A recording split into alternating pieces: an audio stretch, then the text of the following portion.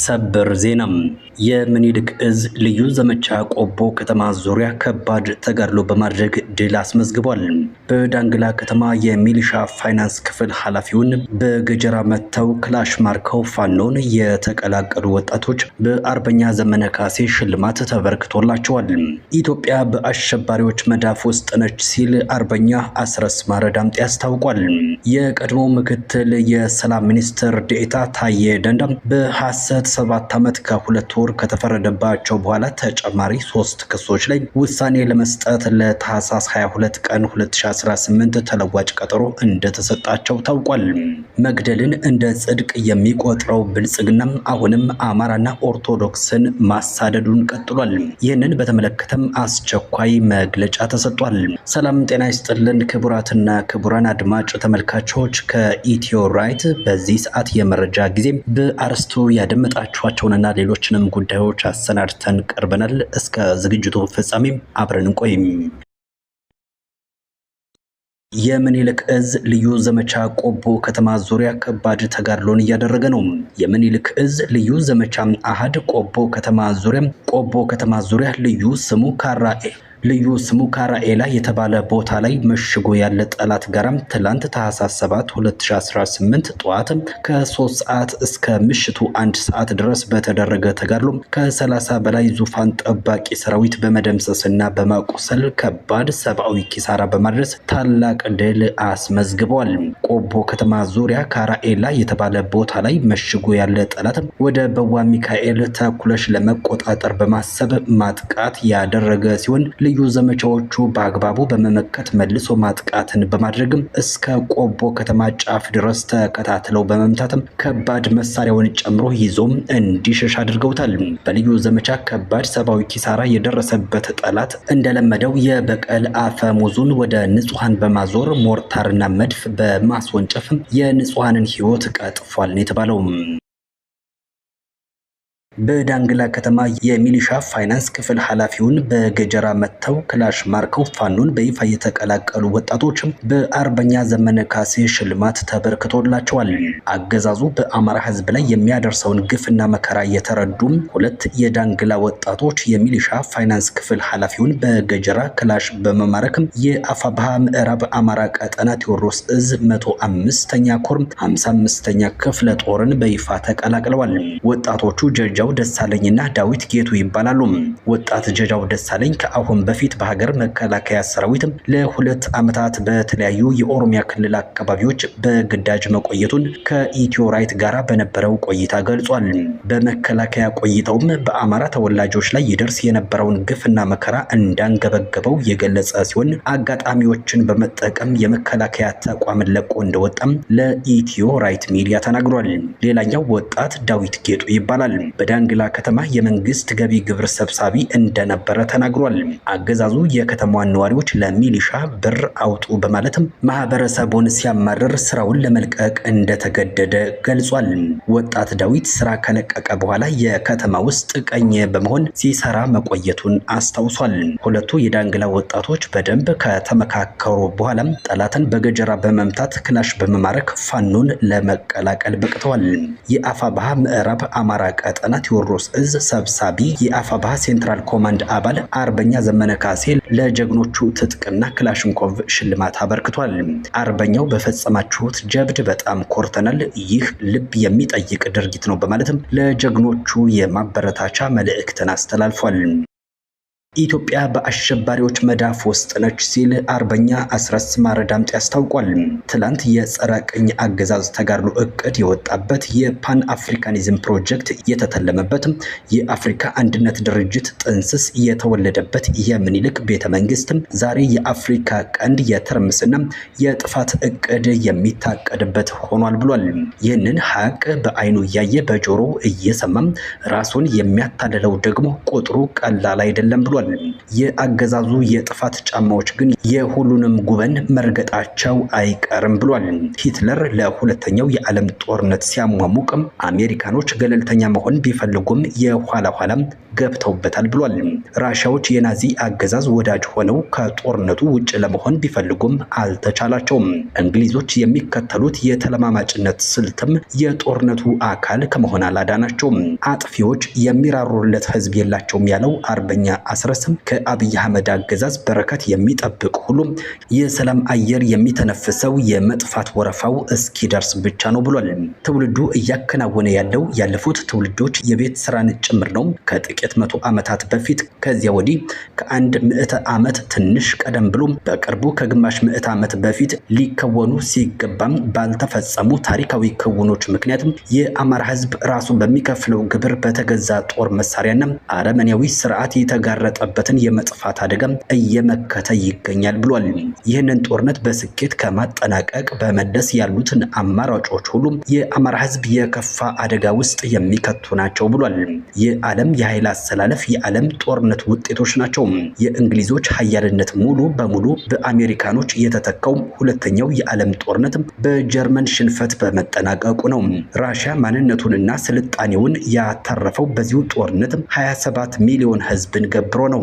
እስራኤል የመካከለኛው ምስራቅ አውራ የሆነችው የስድስቱን ቀን ጦርነት በድል ማጠናቀቋን ተከትሎ ነው። የጸና ብቻም የድሉን ዋንጫ በሚያነሳበት በዚህ የዘመናችን አስደናቂ ጸረ አገዛዝ ተጋድሎ እልፍ ዋጋ ተከፍሎበትም ብዙ ጠመዝማዛ መንገዶችን መሻገር ተችሏል። ዓለም በቂ ጆሮ ባይሰጠንም እየተካሄደ ያለው ጦርነት ብዙዎችን የበላ ጦርነት ነው። በየትኛውም ዓለም የጥፋት እጁን የሚዘረጋም የራሱ ህዝብ ላይ የእልቂት ጦርነትን ያወጀም አገዛዝ አያሸንፍም። ጊዜ በሰጠነው ቁጥር ግን የምንከፍለው ዋጋ እንደሚጨምር እሙን ነው። የሽብር ፕሮጀክቶችን በማመንጨት ብቻም ስኬታማ የሆነው የአገዛዙ አንጎል ሊያጭበረብር የሞከረበት ፖለቲካዊ ስልት ሁሉም እየሟሸሸ ነው። የነገው ትውልድ እጣ ፈንታ የሚጻፈው ዛሬ በምንከፍለው የመስዋዕትነት ደም ነው። ራሳችንን ለመታደግ የምናደርገውን ትግል በስፋትና በጥልቀት አጠናክረን እንቀጥላለን ሲል አርበኛም አስረስ ማረዳምጤ ተናግሯል። ጥብቅና የሚቆም በሌለበት ገዳዩ በማይታወቅበት የቀጠለው የኦርቶዶክሳውያን ሃይማኖት ተከታዮች የማጽዳት ተልዕኮም ዛሬም ተጠናክሮ እንደቀጠለ ነው ሲል እናት ፓርቲም በወቅታዊ ጉዳዮቹ ዙሪያ መግለጫ ሰጥቷል። የመግለጫው ሙሉ ቃል እንደሚከተለው ነው። በተለያዩ የሀገራችን አካባቢዎች በኦርቶዶክስ እምነትና ንጹሃን ዜጎች ላይ የተጀመረው የማጽዳት ዘመቻም ከአርሲ ወደ ወለጋ ፊቱን በማቀናትም የሆሮ ጉዱሩ ወለጋ ሀገረ ስብከት ስራ አስኪያጅ መላከ ኤዶም ቀሲስ ድጉማ ኡፋና ቀሲስ ደሳለኝ ኑሞምሳም በዓል ለማክበር በመጡበት ከህዳር 21 ጀምረው ሻምቡ መግቢያ አካባቢ ታግተው ቅዳሜ ታህሳስ 4 2018 በአጋጆች መገደላቸውንና በአባትነት በተመላለሱበት ምድር የአፈር ቀብር ተነፍገው አስክሬናቸውም እንዳልተገኘና እንዳልተቀበሩ ከቦታው ለማረጋገጥ ተችሏል። አሁንም ገዳዮች ላለፉት 7 ዓመታት በሚገድሉበት የዳቦ ስም ታጣቂዎች ናቸው በሚል መሸፋፈኑ ነገሩን አስገራሚም ግራ አጋቢም አድርጎታል ያለው ፓርቲው ከቦታው በደረሰን መረጃ መሰረት ግድያውን የፈጸሙት አስክሬኑንም የከለከሉ በሻምቡ አካባቢ ይንቀሳቀሳሉ የሚባለው ኦነግ ሸኔም ራሱን ኦነሰ ብሎ የሚጠራው ኃይል መሆኑን ደርሰንበታል ብለዋል። ፓርቲው አክሎም በከተማ የሚኖሩ በተባባሪነትና በጥቆማም የተሳተፉ ሊኖሩ እንደሚችሉ ፍንጮች አሉን ብሏል። የቤተ ክርስቲያን አባቶችና ምዕመናን ግድያም ስልታዊ በሆነ ሁኔታ የሚፈጸም የዘር ማጽዳት ዘመቻ አካል እንጂ ድንገቴ እንዳልሆነ በጽኑ እናምናለን ብሏል። ፓርቲው አክሎም እንደቀደሙት ግድያዎች ሁሉ በዚህ ላይ ገዳዮችን አድኖ ፍትህ እንዲሰፍን የሚወሰድ እርምጃ አይደለም። ለሞቱት እውቅና እንኳን ያለመስጠት ብሎም ለወትሮ እንደሚደረገው የማስተባበል አዝማሚያ አለመኖሩ ነገሩ ምን ያህል የተቀናጀና በጥንቃቄ የሚፈጸም ስለመሆኑ ማሳያ አድርገን እንወስደዋለን ብለዋል። ቀሲስ ድጉማ የ6 ልጆች አባት ሲሆኑ ቀሲስ ደሳለኝ የመንግስት ሰራተኛና የ2 ልጆች አባት ናቸው።